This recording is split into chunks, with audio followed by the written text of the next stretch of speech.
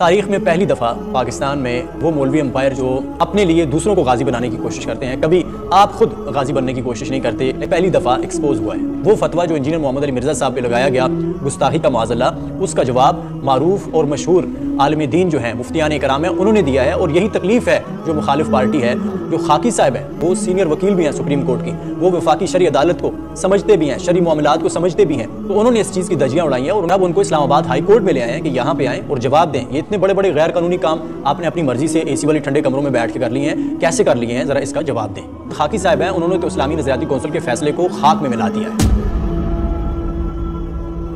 अस्सलामु अलैकुम वरहमतुल्लाह, अस्सलातु वस्सलामु अला रसूलिल्लाह। मैं हूं मोहसिन हमायूं, आप देख रहे हैं मेरा यूट्यूब चैनल मोहसिन डायरीज़। तारीख़ में पहली दफ़ा पाकिस्तान में वो मौलवी एम्पायर जो गुस्ताखी के नाम पे लोगों को इश्तिहाल दिलाकर और कुछ मुश्तइल हुजूमों के ज़रिए, मजमू के ज़रिए मावराए आइन, मावराए कानून लोगों की जान ले लेते थे, खालिफीन की जो ज़िंदगी है उसको तबाह करने की कोशिश करते थे, उनके जान को ख़तरे में डालते थे। कई दफ़ा तो उनकी जानें ले भी ली गईं। तो ये जो माफिया है, ये पहली दफ़ा एक्सपोज हुआ है। एक दाई रसूल सल्लल्लाहु अलैहि वसल्लम, जिसका काम रसूलुल्लाह सल्लल्लाहु अलैहि वसल्लम के दीन की तबलीग है, और उसका नारा है कि मेरे नबी सा है ही कोई नहीं। जो नबी अकरम सल्लल्लाहु अलैहि वसल्लम की असल तालीमात हैं उनको हमें फॉलो करना चाहिए, जिसका ये नारा था। अगर उसका कोई लफ्ज़, उसको आप कह सकते हैं कि उसकी तकरार नहीं होनी चाहिए थी, या नबी अकरम सल्लल्लाहु अलैहि वसल्लम का जो मुबारक ज़िक्र है, या नबी अकरम सल्लल्लाहु अलैहि वसल्लम का जो तज़किरा है, उसको बड़े मुबारक तरीके से, बड़े मोहतात अल्फाज में, बड़े मोहतात अंदाज में जब तालीम भी दे रहे हों, जब आप किसी दूसरे मज़हब की जो अक़ायद हैं वो भी बयान कर रहे हो, तो उनको भी बड़े मोहतात अंदाज में, बड़े अदबी अल्फाज के साथ आपको अदा करना चाहिए। ये एतराज़ तो हो सकता है, ये उनको दावत भी दी जा सकती है, ये चीज़ तो है। लेकिन आप एक दाई रसूल को डायरेक्ट अपना बुग़्ज़ निकालने के लिए, अपनी दुश्मनी निकालने के लिए, और माजी में जो आपका एक वतीरा रहा है लोगों को फंसाने का, फिर आप उन चीज़ों को लेकर कई सालों तक अपनी सियासतें चमकाते हैं, अपने लिए दूसरों को गाजी बनाने की कोशिश करते हैं, कभी आप खुद गाजी बनने की कोशिश नहीं करते। लेकिन आपने इस बार एक दाई रसूल पे ये इल्ज़ाम लगाया है बड़ी बेबाकी के साथ, और गुस्ताखी का फतवा भी लगा दिया। और फिर इस्लामी नज़रियाती कौंसिल की जो वहाँ पे अदालत, खुद साख्ता अदालत बैठी, वहाँ पे मौलवी हज़रात ने वहाँ पे एक यकतरफ़ा फ़ैसला सुना दिया और वहाँ पे भी गुस्ताखी का फतवा लगा दिया। ये जो मामला बना है, एक दाई रसूल पे गुस्ताखी का फतवा जिस तरह से लगाया गया है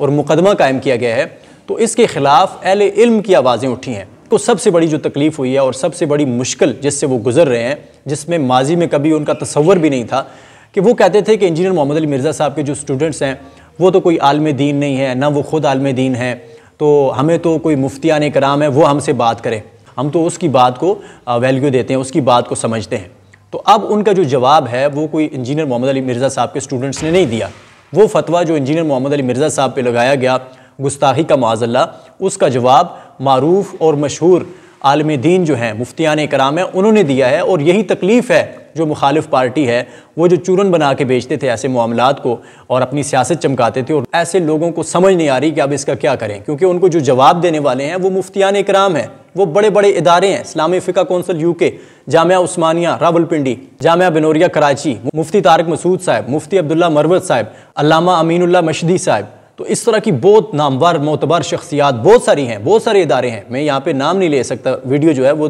तवालत पकड़ लेगी। उनकी सबसे बड़ी तकलीफ ये है कि अब उनका ये चूरन है वो बिक नहीं रहा, क्योंकि उसको गैर इस्लामी साबित कर दिया है दलाइल के साथ। उनके फतवे का तो ये हशर नशर हुआ है, और जो इस मुकदमे का कानूनी पहलू है वहाँ पर भी वो बुरी तरह से एक्सपोज हो चुके हैं। वहाँ पे अगर जो सबूत है उसकी बात की जाए तो इंजीनियर मोहम्मद अली मिर्ज़ा साहब की जो टीम है उसने वो तमाम के तमाम सबूत सामने रख दिए हैं। वो मज़हब जिनके हवाले से उन्होंने बात की, उनकी जो किताबें हैं वहाँ से वो सारे के सारे हवाले दिए जा चुके हैं। उसके बाद जो बड़े बड़े कानूनदान हैं, ज़फ़रुल्लाह खान साहब जो हैं, जिस तरह से उन्होंने परखचे उड़ाए हैं इस तमाम फ़ैसले के, जिस तरह से ये फ़ैसला दिया गया वो भी गैर इस्लामी, जिस तरह से ये फ़ैसला भेजा गया वो भी गैर कानूनी, जिस तरह से उन्होंने फ़ैसला दिया बग़ैर किसी हैसियत के वो भी गैर कानूनी, तो हर हवाले से इसके परखचे उड़ाए हैं ज़फ़रुल्लाह खान साहब ने। उसके बाद जो खाकी साहब हैं, वो सीनियर वकील भी हैं सुप्रीम कोर्ट की, वो वफाकी शरी अदालत को समझते भी हैं, शरी मामलात को समझते भी हैं, तो उन्होंने इस चीज़ की धज्जियाँ उड़ाई हैं और अब उनको इस्लामाबाद हाई कोर्ट में ले आए हैं कि यहाँ पे आएँ और जवाब दें। ये इतने बड़े बड़े गैर कानूनी काम आपने अपनी मर्जी से एसी वाली ठंडे कमरों में बैठ के कर लिए हैं,